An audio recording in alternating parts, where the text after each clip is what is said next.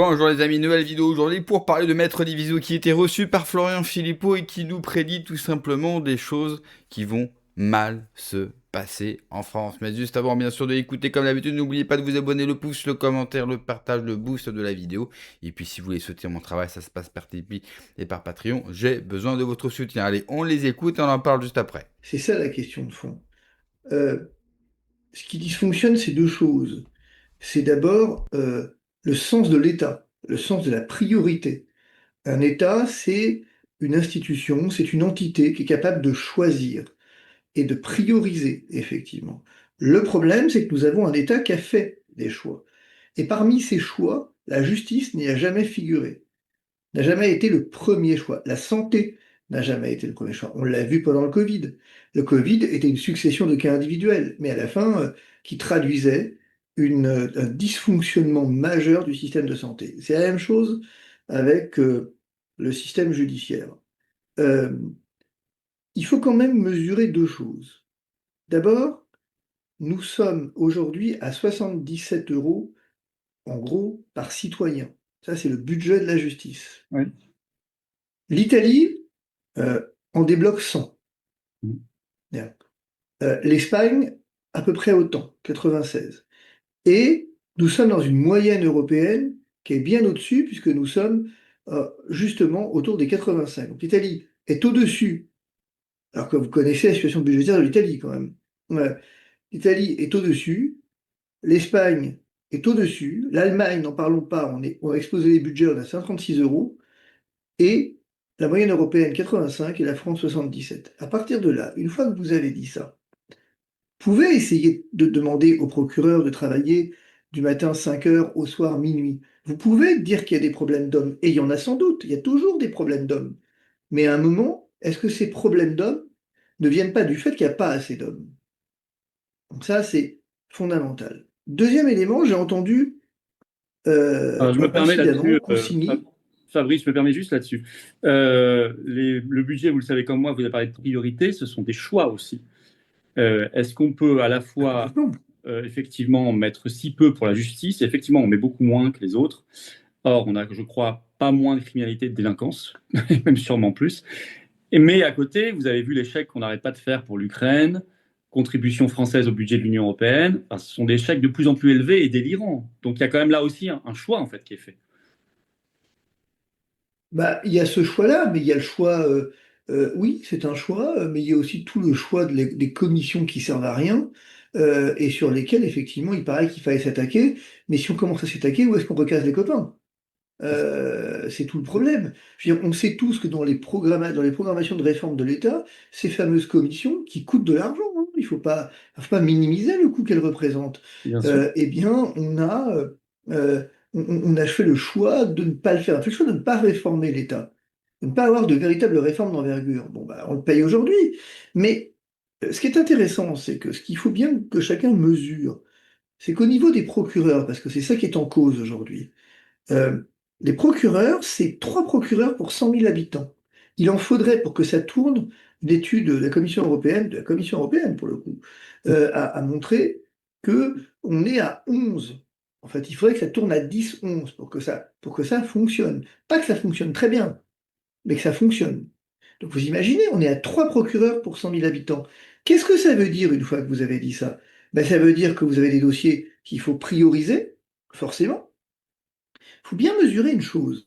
Les gens qui nous écoutent doivent comprendre une chose. Pourquoi cette affaire? Il y a plein de raisons, mais l'une des raisons. Les procureurs de la République sont saturés, débordés.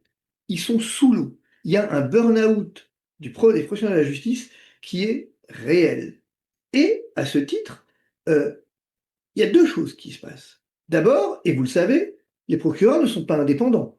Ils sont là pour appliquer une politique pénale. Or, qui décide de la politique pénale? Et donc, on parlait de choix tout à l'heure, qui décide des choix? C'est le garde des Sceaux, Bien en sûr. lien avec le président de la République. C'est-à-dire que donc, si on vous dit d'aller arrêter les agriculteurs et de Ben, tout miser sur les agriculteurs, bah, comme vous n'avez qu'un seul type, qui obéit à la politique pénale, il va diriger son parquet. Ça ne veut pas dire qu'il ne s'occupe pas du reste. Ça veut dire qu'il ne s'occupe pas d'abord du reste. Premier élément. Mais c'est un peu le Deuxième sujet, élément. justement, dans euh, le Gers. Il y a eu 30 agriculteurs arrêtés dans ce département du Gers, le département de Ghana, hein, pour des posts alors, sur Facebook, pour des commentaires sur Facebook. Ils ont fait de la garde à vue, donc il y a quand même alors, des moyens qui sont en débloqués. effet, et, et alors, si vous voulez, il faut pas nous faire dire ce qu'on ne dit pas. Moi, je ne suis pas en train de dire que c'est à cause de ça que les procureurs n'ont pas pu. Ce que je dis, c'est que ça témoigne de quelque chose. Ouais. Ça témoigne juste du fait que vous avez, à un moment donné, la preuve que les procureurs sont des fonctionnaires de l'État et finalement sous la tutelle du ministre de la Justice quant à la politique pénale. Et alors là, on a fait des crimes sexuels une priorité. Mais alors très bien. Mais j'entends donc que si on en fait une priorité, ça veut dire que par exemple, les atteintes aux biens ne sont plus une priorité alors. Ça veut dire qu'à chaque fois, vous voyez ce qui se passe. On fait des priorités, et donc quand vous faites une priorité, comme vous n'avez plus que finalement 3 procureurs pour 100 000 habitants, là où il en faudrait 10, votre procureur, il va prioriser. Et le problème, c'est qu'on ne devrait pas prioriser. Le principe de l'égalité dans la loi pénale fait que toutes les atteintes aux biens, toutes les atteintes aux personnes, toutes les infractions, après que la gravité de l'infraction pèse sur la peine, etc., c'est un autre problème. Mais normalement, on ne devrait pas avoir de priorisation. Sauf que la vérité, c'est qu'on a des priorités politiques et on a des priorités qui donc ensuite se font au détriment des affaires et des stocks qui s'accumulent.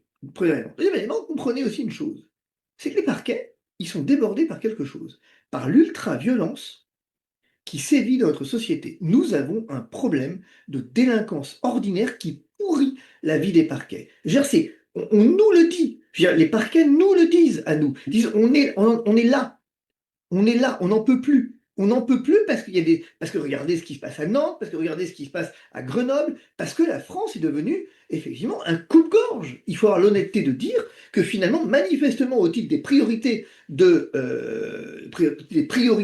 nationales, la sécurité des Français en fait pas partie. Bien. Et donc, Ouais. les procureurs, ils se retrouvent avec des moyens limités d'enquête, parce qu'on n'a pas parlé des enquêteurs derrière, où on manque d'enquêteurs, on a réformé la police judiciaire, on s'en sort plus en fait. La vérité, c'est qu'on a un État exsangue. Oui, alors d'autant plus dans ce contexte, vous avez raison, il y a de la violence, on l'a vu encore après le PSG, tout ce qui s'est passé. Encore plus dans ce contexte, on ne devrait pas prioriser la chasse aux paysans, aux gilets jaunes, parce que là, ils ont mis des moyens. Ils ont mis des centaines de personnes en garde à vue, ils ont fait des enquêtes incroyables, ils sont allés chez les gens, ils ont fait des perquisitions. Enfin, ça coûte du temps et de l'argent, tout ça. Donc, d'autant plus, je comprends ce que vous dites, mais d'autant plus dans ce contexte, on devrait arrêter d'utiliser la police comme une police politique et la justice comme une justice politique. Florian connaît très bien la réponse. Ça ne sert à rien de faire le faussement naïf. Pourquoi on s'attaque plutôt au peuple, aux paysans ou à d'autres professions qu'aux racailles? Parce que la racaille, elle fout le bordel. Parce que c'est son but. On l'a fait venir pour ça. La racaille n'a pas de projet politique, n'a pas de volonté de changement. Elle, son but, c'est le chaos. D'accord? Alors que les paysans, alors que les Français, alors que le peuple autochtone, lui, il a une pensée politique, il pourrait réclamer le changement. Alors, il faut le mater. C'est aussi simple que ça à comprendre. Arrêtons d'être naïfs, mais oui, mais il faut mettre telle ou telle priorité. Il faut arrêter avec ça. Pourquoi? Tout pouvoir en place, que ce soit celui-ci qui est mauvais ou Florent Philippot si un jour il est président, tout pouvoir qui est en place, sa seule peur, c'est de le perdre. Point, barre, ligne.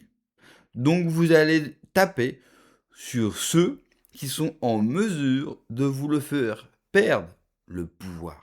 C'est logique. J'imagine que si Florian demain est au pouvoir, il tapera sur les européistes. C'est de bonne guerre. Trump élu, il tape sur qui? Sur les démocrates.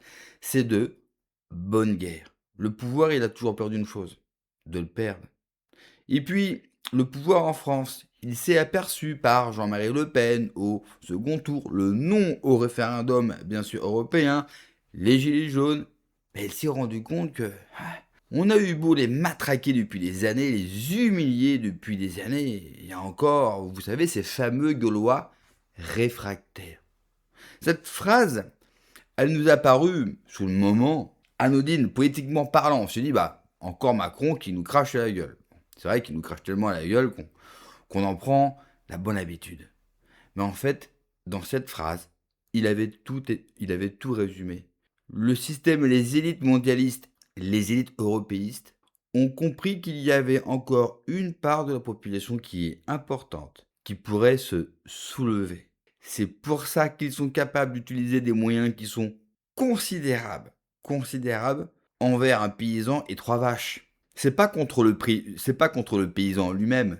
C'est le message que vous envoyez au reste de la population. Vous savez pourquoi? Parce qu'ils savent que nous allons filmer. On va en parler. Et vous pensez que ça motive les autres de se mobiliser quand on voit que vous avez des blindés en face de vous? Résultat, le système n'a qu'un seul but, saper notre morale. Par contre, il y a une bonne nouvelle. Un jour à l'autre, vous savez, cette petite brindille, elle va craquer. Parce que pour l'instant, la population, elle compte les coups. Et un jour, on ne sait pas quand, ça sera le coup de trop. Et là, elle ne comptera plus. Et elle se soulèvera. Merci d'avoir regardé la vidéo les amis. N'oubliez pas comme d'habitude de vous abonner, le pouce, le commentaire, le partage, le boost de la vidéo. Prenez soin de vous, que Dieu vous protège. Allez, ciao.